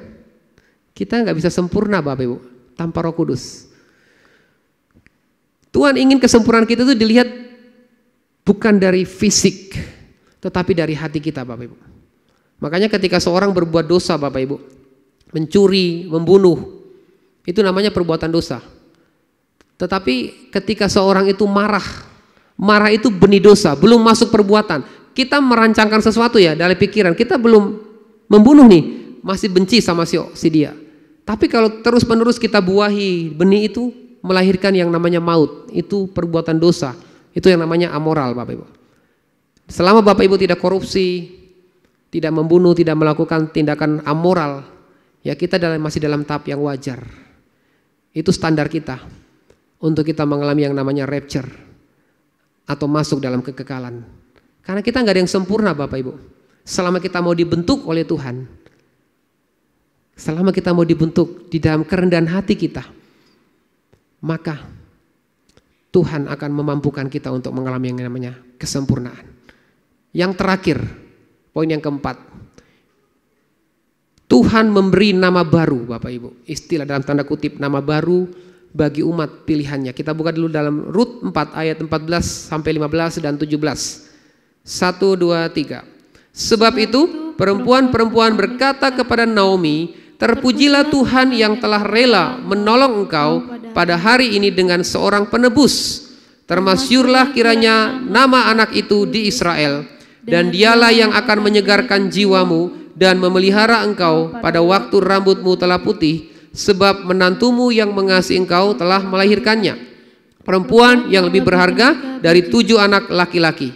Dan tetangga-tetangga perempuan memberi nama kepada anak itu, katanya, pada Naomi telah lahir seorang anak laki-laki. Lalu mereka menyebutkan namanya Obed. Dialah ayah Isai, ayah Daud. Dari seorang yang bernama Rut, orang asing yang tidak terpandang, melahirkan satu keturunan yang namanya Obed. Obed ini adalah kakek dari Raja Daud. Dan Daud inilah keturunan melahirkan yang namanya Mesias atau Yesus Kristus, putra Daud. Dari orang asing, Bapak Ibu. Bayangkan dikatakan dia menyegarkan jiwa, memelihara kehidupannya bahkan sampai putih rambut. Ini gambaran kesetiaan Tuhan kepada gereja pengantin. Saudara dan saya adalah gereja pengantin yang dipertunangkan dengan Kristus. Istilah memberi nama baru. Ketika seorang lahir baru, dia dibaptis. Dia punya nama baru di mana namanya tercatat dalam kitab kehidupan. Pada waktu Bapak Ibu lahir baru, Bapak Ibu terima Yesus, nama Bapak tercatat dalam kitab kehidupan. Ketika Bapak Ibu melakukan pelayanan dengan tulus, nama Bapak tercatat dalam kitab kehidupan. Ketika kita memberitakan kabar baik dan orang itu menerima Yesus sebagai Tuhan dan Juru Selamat, nama kita tercatat dalam kitab kehidupan. Amin. Tuhan sekalipun tidak pernah menghapus nama kita dari kitab kehidupan, selama kita tidak murtad atau menghujat Roh Kudus. Makanya dosa yang paling keji adalah menghujat Roh Kudus atau penolakan terhadap Mesias sebagai Tuhan dan Juru Selamat. Ketika kita menolak Yesus sebagai Tuhan dan Juru Selamat, ini adalah dosa terbesar. Dan hati-hati Bapak Ibu, kalau kita murtad, kita meninggalkan total Tuhan, ini sangat-sangat berbahaya dan krusial Bapak Ibu. Tapi selama Ibu di posisi yang benar, sekalipun hati kita kadang-kadang belum beres, kita sadar usai orang berdosa. Selama kita masih punya kesadaran usai orang berdosa, saya harus minta ampun. Kita dalam masa titik di mana kita ada dalam kendalinya Tuhan.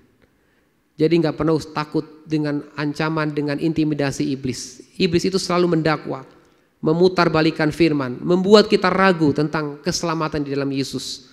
Makanya dikatakan dari seorang janda asing yang tidak dikenal, Rut menjadi bagian dari garis keturunan Raja Daud, bahkan leluhur Yesus Kristus. Ya, luar biasa Bapak Ibu. Seorang janda yang tidak dikenal, nama Rut nggak dikenal pada zaman itu, tetapi tercatat di dalam kitab dan terkenal sampai saat ini Bapak Ibu. Ini bukti bahwa Tuhan sanggup mengangkat siapa saja dan memberi kehidupan yang berharga bagi mereka yang hidup seturut dengan kehendak-Nya. Ketika kita hidup seturut dengan maunya Tuhan Bapak Ibu, Tuhan akan mengangkat kehidupan kita. Amin. Kehidupan kita berharga bukan karena nilai kekayaan yang kita miliki, bukan karena pengetahuan, karena semuanya adalah milik Tuhan. Kekayaan itu hanyalah titipan, pengetahuan itu hanyalah titipan yang akan membuat kita semakin berkembang. Tetapi yang terpenting membuat kita bernilai adalah karakter hidup kita, untuk kita mau dibentuk dan diproses oleh Tuhan Bapak Ibu.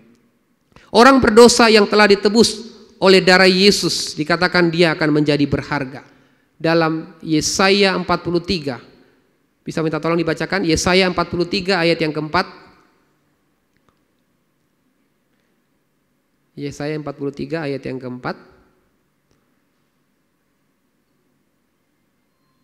Bisa tolong dibacakan. Ini firman Tuhan. Oleh karena engkau berharga di mataku dan mulia, dan aku ini mengasihi engkau, maka aku memberikan manusia sebagai gantimu dan bangsa-bangsa sebagai ganti nyawamu. Ya. Aku memberikan manusia sebagai gantimu dan bangsa-bangsa sebagai ganti nyawamu. Artinya di sini Bapak Ibu, jiwa-jiwa ini berharga di mata Tuhan. Ketika seseorang berdosa ditebus, kita adalah orang berdosa dulunya. Kita kudus, secara posisi kita kudus, tetapi secara de jure kita akan terus diproses. Secara de facto kita sudah sah kudus Bapak Ibu. Waktu kita terima Yesus, kita dikuduskan oleh darah domba Allah. Kita menjadi orang-orang kudusnya Tuhan. Dan terus dikuduskan sampai kita mengalami yang namanya kesempurnaan Kristus. Kesempurnaan yang tersempurna sesungguhnya adalah pada waktu kita bertemu muka dengan Dia. Saat kita di tempat ini, kita sedang dipertunangkan. Orang yang dipertunangkan akan terus menjaga kekudusan hidup. Kita punya cincin materai Roh Kudus, dan Roh Kudus itu yang menjaga kita untuk menjauhkan diri dari dosa, Bapak. Ketika kita tidak dekat lagi dengan Roh Kudus, ketika kita menduka citakan Roh Kudus, kita akan masuk pada level menentang Roh Kudus. Pada waktu orang menduka citakan Roh Kudus, dia menentang Roh Kudus sampai akhirnya dia menghujat Roh Kudus. Ada 4 level Bapak Ibu itu ya. Menduka citakan Roh Kudus, ya, menentang Roh Kudus, melawan Roh Kudus, hingga akhirnya dia menghujat Roh Kudus. Lalu berikut orang percaya yang telah menyelesaikan pertandingan iman Bapak Ibu. Ya, level kita jangan lagi bukan orang berdosa yang baru ditebus. Jangan kita samakan kita dengan penjahat di sebelah kanan Yesus, sebelah kiri atau kanan itu yang naik langsung ke Firdaus. Ya, dia masuk surga, tetapi mungkin hanya di halaman.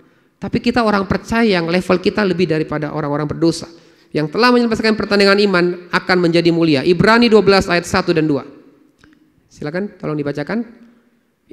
Karena kita mempunyai banyak saksi bagaikan awan yang mengelilingi kita, marilah kita menanggalkan semua beban dan dosa yang begitu merintangi kita, dan berlomba dengan tekun dalam perlombaan yang diwajibkan bagi kita. Marilah kita melakukannya dengan mata yang tertuju kepada Yesus yang memimpin kita dalam iman dan yang membawa iman kita itu kepada kesempurnaan, yang dengan mengabaikan kehinaan tekun memikul salib ganti sukacita yang disediakan bagi Dia yang sekarang duduk di sebelah kanan tahta Allah. Amin.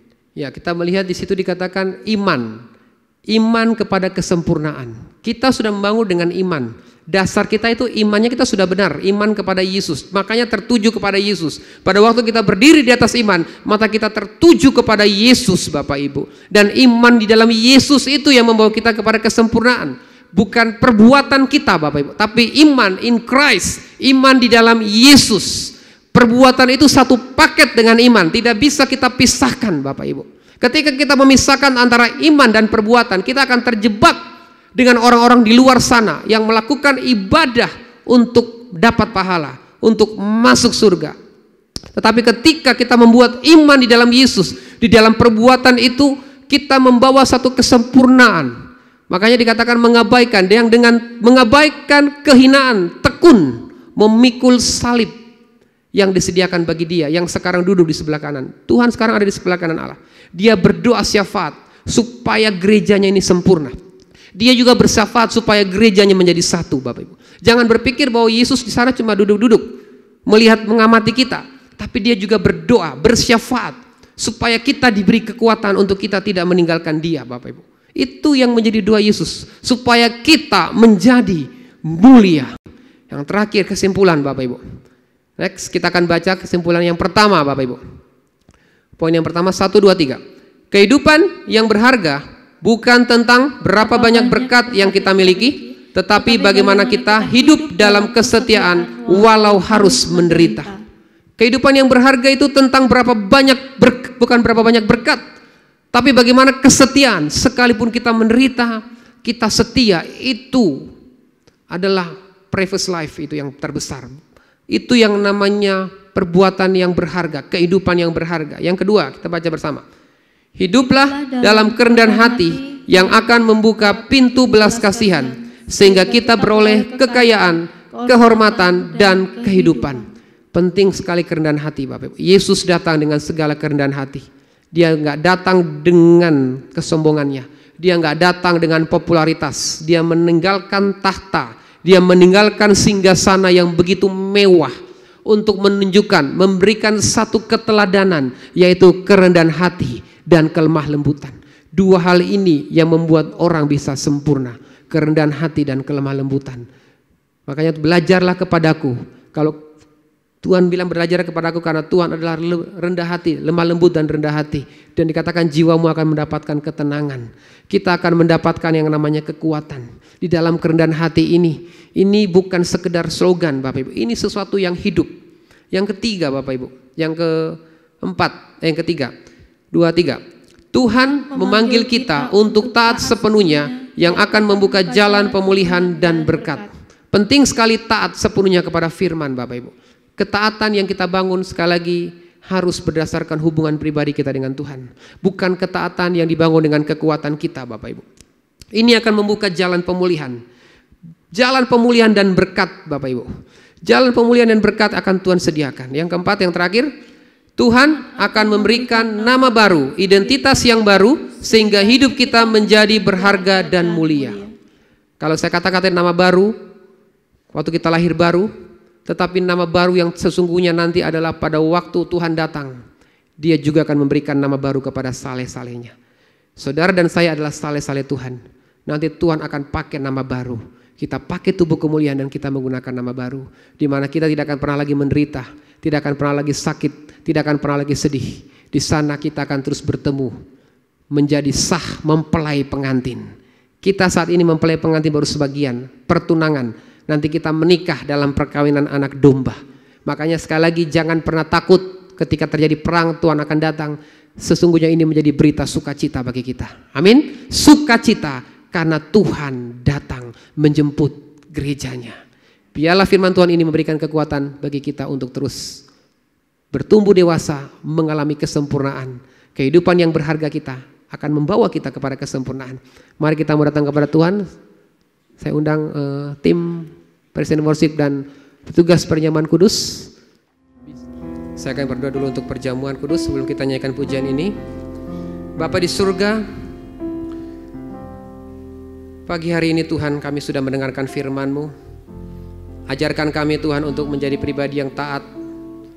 Ajarkan kami untuk menjadi pribadi yang rendah hati di hadapan-Mu Tuhan. Dan ajarkan kami ya Bapa untuk memberikan kehidupan yang berharga di hadapan-Mu. Dan pada saat ini Tuhan di depan kami tersedia anggur dan roti perjamuan yang akan kami lakukan dalam kegiatan seremonial. Mengingat akan perjanjian di mana Engkau telah mati di atas bukit Golgota dan menyerahkan nyawa-Mu. Layakan setiap kami Tuhan. Suci kuduskan pikiran, perbuatan dan tingkah laku kami supaya kami layak untuk melakukan perjamuan kudus pada saat ini Tuhan. Sehingga lewat perjamuan kudus ini ada mujizat terjadi, ada kesembuhan terjadi, ada lawatan Tuhan, dan hubungan kami dibaharui kembali oleh Engkau lewat perjamuan kudus pada hari ini. Berkati hamba-hambamu yang akan mengambil bagian dalam pelayanan perjamuan kudus, Engkau urapi, dan kami semua yang akan menikmati, yang akan melakukan perjamuan kudus pada hari ini, supaya kami boleh bertemu secara pribadi dengan Engkau. Kami boleh berkomunikasi lebih lagi dengan Engkau. Dan biarlah lewat perjamuan kudus ini bukan sekedar kami lakukan, tetapi ada satu dimensi hubungan kami dipulihkan oleh Engkau. Terima kasih Tuhan, di dalam nama Yesus kami berdoa. Haleluya. Amin. Mengiringmu seumur hidupku, masuk dalam rencanamu Bapa. Pikiranku, kehendakku serahkan padamu. Harapanku hanya di dalam-Mu.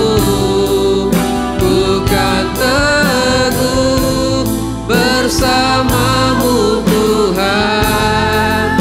Jadikanku bejana-Mu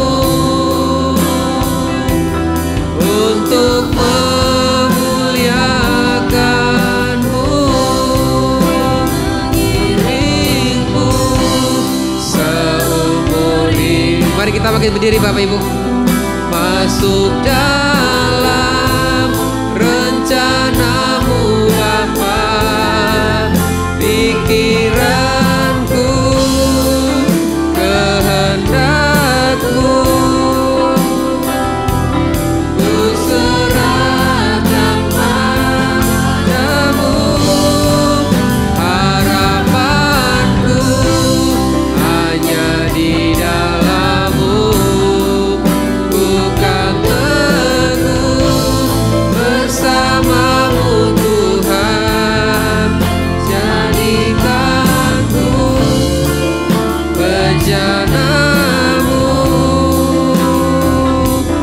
untuk memuliakan-Mu. Mari kita siapkan roti perjamuan kita di hadapan Tuhan. Sambil kita mengangkat dengan tangan-tangan kita ke atas.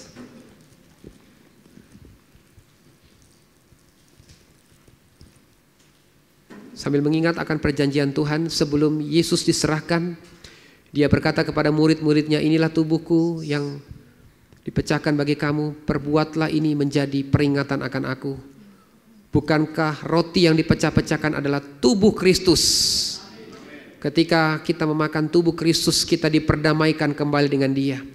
Kita boleh mengalami pemulihan. Kita boleh mengalami penyatuan dengan tubuh Kristus karena Yesus sudah mati di kayu salib, memberikan tubuhnya yang mahal bagi kita, mengorbankan nyawanya, memberikan tubuhnya, sehingga hari ini menjadi peringatan untuk kita melakukan perjamuan kudus dengan kekudusan, dengan kelayakan di hadapan Dia. Dan kami percaya ketika kita melakukan dengan iman, maka akan terjadi pemulihan, akan terjadi terobosan yang baru lewat roti perjamuan ini. Mari kita makan dengan iman di dalam nama Yesus.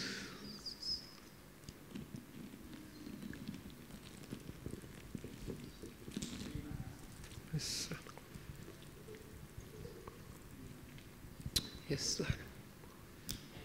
Mari kita angkat anggur perjamuan kita di hadapan Tuhan. Sambil mengingat akan perjanjian Tuhan, inilah darahku yang dicurahkan bagi kamu, perbuatlah ini menjadi peringatan akan aku. Bukankah darah yang tercurahkan, bukankah anggur yang dicurahkan adalah lambang dari darah Kristus? Ketika kita meminum darah Kristus, ada kuasa kesembuhan, ada penebusan dosa lewat darah Yesus. Darah domba Allah telah menghapus dosa dunia dan menyucikan kita dari dosa. Dan lewat darah ini pun kita akan mengalami kesembuhan batin, kesembuhan rohani dan kesembuhan jasmani. Kami minum dengan iman di dalam nama Yesus.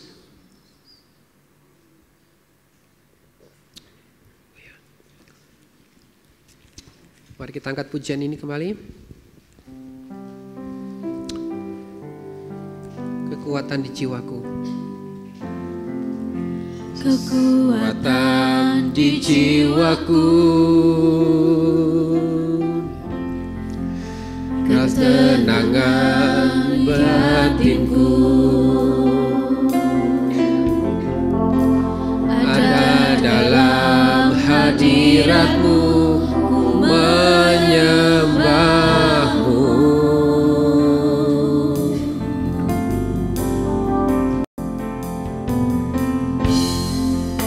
Tersungkurku di kaki-Mu, amin.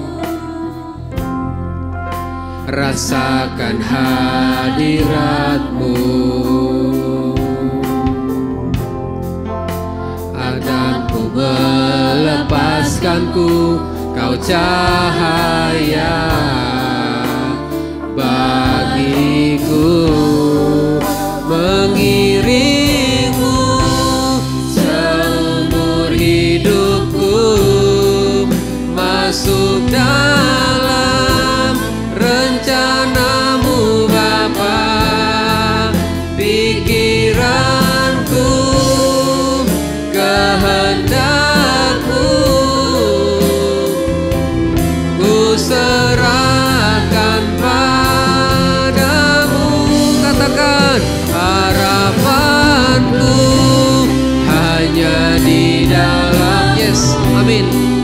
Ku kan teguh bersama-Mu Tuhan, jadikanku bejana-Mu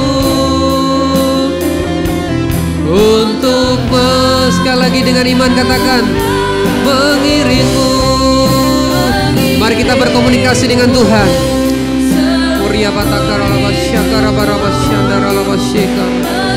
Dalam rencana-Mu Bapa, pikiranku, kehendak-Mu,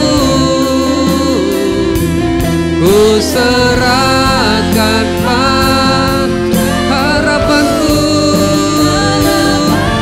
Yes, yes Tuhan. Hanya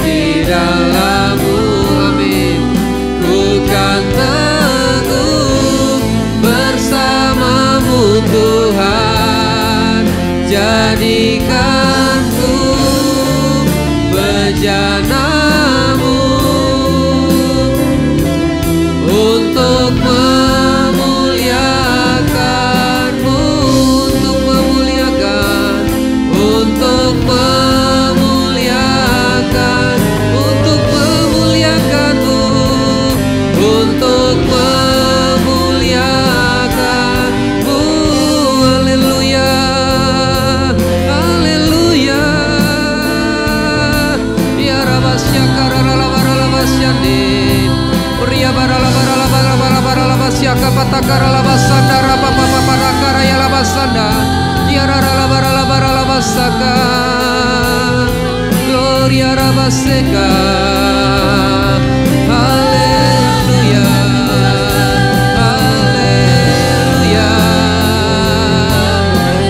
Gloria rara base, ya rara basaka, ya rara barala barala basanda, ya rara barala barala bataka rara basaka, ya rara barala bataka rara base.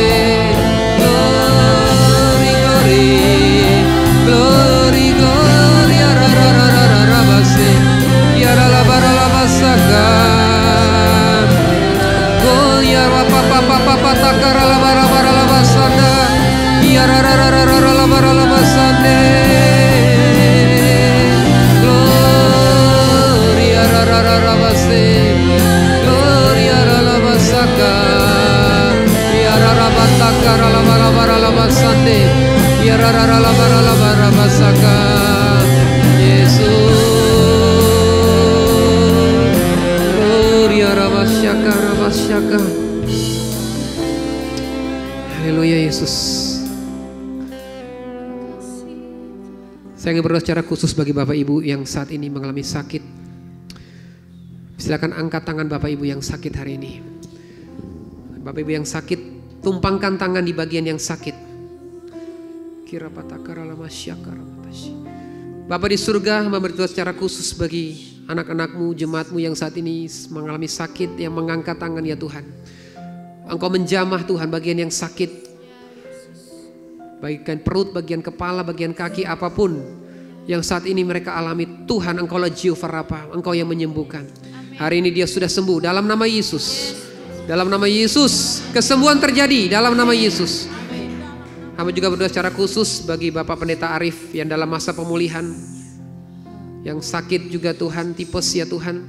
Dan saat sudah berada di rumah, Engkau memulihkan hambamu Bapak Pendeta Arif Tuhan. Engkau menjamah dari tempat yang maha tinggi. Pemulihan yang sempurna dinyatakan pada hari ini di dalam nama Yesus. Kesembuhan yang sempurna sudah Engkau nyatakan di dalam nama Yesus. Hamba juga berdoa bagi Bapak Ibu yang saat ini mengalami pergumulan di dalam ekonomi, dalam rumah tangga juga. Rumah tangga yang tidak harmonis, sering terjadi percecokan, bahkan dalam keluarga, dalam ekonomi yang mungkin mengalami pasang surut kehidupan. Bisa angkat tangan di depan Tuhan. Datang dengan kerendahan hati kepada Dia. Mari angkat tanganmu Bapak Ibu. Tidak usah malu, yang lain tetap berdoa, tetap fokus. Hamba berdoa menyerahkan secara khusus bagi jemaatmu yang saat ini bergumul dengan keluarganya Tuhan. Engkau mendatangkan kasih bagi keluarga-keluarga ini Tuhan. Kasih yang dari surga hari ini mengalir dan memulihkan keluarga ini Tuhan. Berikan kerendahan hati bagi suami dan istri untuk saling memahami, saling mengerti. Bangkitkan roh doa di dalam kehidupan keluarga ini Tuhan. Engkau yang menjamah supaya keluarga ini boleh kembali harmonis. Untuk ada kesehatian, menantikan kedatanganmu yang kedua kali. Mari Engkau menjamah, biarlah keharmonisan dari Tuhan turun atas keluarga ini. Bagi yang bergumul dengan ekonominya Tuhan, Tuhan campur tangan. Engkaulah Jehovah Jireh, Tuhan yang menyediakan yang tidak ada menjadi ada. Engkau bukakan tingkap-tingkap langit, terbukalah berkat dari surga. Tuhan ajarkan mereka boleh introspeksi diri. Mungkin ada sesuatu hal yang mengganjal, supaya mereka boleh berbalik kepada jalan yang benar, untuk taat dan setia kepada Engkau di dalam nama Yesus. Kalau ini mungkin zaman pemurnian iman, bangkitkan iman mereka, teguhkan panggilan mereka Tuhan, supaya lewat ini Engkau memperkenankan kuasa-Mu ya Bapa. Ganjaran kerendahan hati dan takut akan Tuhan adalah kekayaan, kehormatan, dan kehidupan. Itu boleh terjadi bagi keluarga-keluarga ini yang mengalami pergumulan. Terima kasih Tuhan, Engkau memberkati gereja-Mu di tempat ini. Engkau tambahkan jiwa-jiwa baru memenuhi gereja ini. Orang-orang yang belum mengenal Engkau dari timur, barat, utara, selatan boleh berduyun-duyun menyembah Engkau di tempat ini. Berkati para pelayan-Mu di dalam kekudusan Tuhan, dalam pengurapan Tuhan. Biarlah setiap pelayan ini terus menjadi berkat, membawa gereja ini semakin bertumbuh, semakin kuat di dalam Engkau ya Bapa. Dan kami percaya juga Engkau memberkati hamba-Mu Bapak Ibu Gembala di tempat ini dengan hikmat dan urapan dari Tuhan, membawa gereja ini semakin dewasa, semakin bertumbuh, semakin mulia, menyambut kedatangan-Mu yang kedua kali. Kami boleh dipersiapkan. Terima kasih Bapa di surga. Segala puji, syukur, hormat, kemuliaan kami kembalikan kepada Engkau yang menerima segala hormat dan pujian kami. Dalam nama Yesus, setiap kita yang percaya dan mengasihi Tuhan berkata, amin. Silakan duduk. Mari Bapak Ibu kita bangkit berdiri bersama. Mari kita berdoa kepada Tuhan. Sungguh Tuhan, Engkau adalah Allah yang penuh dengan kasih karunia, dan Engkau Allah yang Maha Kudus yang sudah memberkati kami dari awal pertengahan sampai pada akhir ibadah ini. Sebelum kami mengakhiri ibadah ini, kami tidak lupa berdoa untuk bangsa negara kami. Indonesia adalah kepunyaan-Mu Tuhan. Indonesia adalah milik-Mu Tuhan. Engkau berdaulat atas negeri ini Tuhan. Bahkan Engkau berdaulat atas setiap pemimpin-pemimpin yang sudah terpilih atas negeri ini. Engkau menuntun setiap pemimpin supaya mereka tidak salah melangkah. Kendalikan mereka Tuhan dengan kuasa-Mu yang besar, supaya setiap roda pemimpin yang mereka lakukan semua berasal dari keputusan-Mu Tuhan. Engkau berikan hikmat bagi para pemimpin kami, presiden, wakil presiden, para menteri, badan legislatif, yudikatif, eksekutif, TNI, Polri. Biar mereka boleh memimpin dengan roh takut akan Tuhan.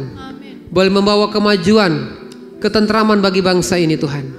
Dan kami percaya Indonesia juga Tuhan, Engkau akan menjamah, akan banyak jiwa-jiwa yang akan mengenal Engkau, menjadi umat kepunyaan-Mu ya Tuhan. Engkau selamatkan negeri ini Tuhan. Berkati ya Tuhan, khususnya di daerah-daerah yang saat ini mengalami bencana, mengalami gempa. Tuhan menolong ya Bapa. Biarlah terjadi pertobatan jiwa-jiwa di tempat-tempat yang mengalami konflik, gempa atau apapun ya Tuhan. Biarlah sinar kemuliaan Tuhan memenuhi atas Indonesia dari Sabang sampai Merauke. Dan khususnya bagi kota Temanggung ini, Temanggung juga boleh ada sinar kemuliaan Tuhan. Dan Temanggung menjadi kota pujian dan penyembahan. Dan juga akan banyak jiwa-jiwa yang akan mengenal Engkau secara pribadi. Berkati pemimpin-pemimpin-Mu juga di tempat di kota Temanggung ini. Memberkati juga anak-Mu Tuhan yang saat ini berulang tahun pada tanggal 1 Juli yang lalu. Biarlah kebajikan dan kemurahan Tuhan terus mengikuti kehidupannya. Apa yang menjadi kerinduannya, Engkau yang mendengar dari surga. Berikan kesehatan, kekuatan Tuhan, kesetiaan Tuhan terus menuntun mereka, menuntun anak-Mu ini Tuhan, sehingga apa yang dia cita-citakan boleh terwujud semua karena kebaikan dan anugerah Tuhan. Berikan kesehatan, kekuatan senantiasa melimpah di dalam kehidupan anak-Mu ini Tuhan, anak-Mu Kesia ini Tuhan. Terima kasih Bapa di surga, terima kasih Bapa. Kami bersyukur atas kasih-Mu ya Bapa. Dan kami jemaat-jemaat-Mu juga Tuhan, berikan kami hati yang mengasihi Engkau, berikan kami kesatuan hati, berikan kami Tuhan pertumbuhan iman lebih lagi untuk terus melekat kepada Kristus. Dan pada hari ini Tuhan, kami akan menerima berkat daripada Tuhan. Mari kita angkat tangan kita kepada Bapa di surga. Tuhan memberkati Engkau dan melindungi Engkau. Tuhan menyinari Engkau dengan wajah-Nya dan memberi Engkau kasih karunia. Tuhan menghadapkan wajah-Nya kepadamu dan memberi Engkau damai sejahtera. Mulai dari pagi hari ini sampai Maranatha Tuhan datang pada kali yang kedua. Engkau akan menjadi kepala dan bukan ekor. Engkau akan tetap naik dan tidak turun. Engkau akan menjadi pribadi-pribadi yang berkenan di hadapan-Mu, menjadi mempelai-mempelai Kristus yang sempurna sampai kedatangan Tuhan yang kedua kali. Sehingga kehidupan kami adalah kehidupan yang terus berbuah bagi Engkau ya Bapa. Dan kehidupan kami adalah kehidupan yang boleh menyambut kedatangan-Mu yang kedua kali. Sehingga kami boleh menjadi mempelai-mempelai pengantin Kristus yang kudus dan berkenan di hadapan-Mu. Dalam nama Bapa, Anak dan Roh Kudus, yaitu dalam nama Tuhan kami Yesus Kristus, kami akhiri pertemuan ibadah pada pagi hari ini. Haleluya. Amin.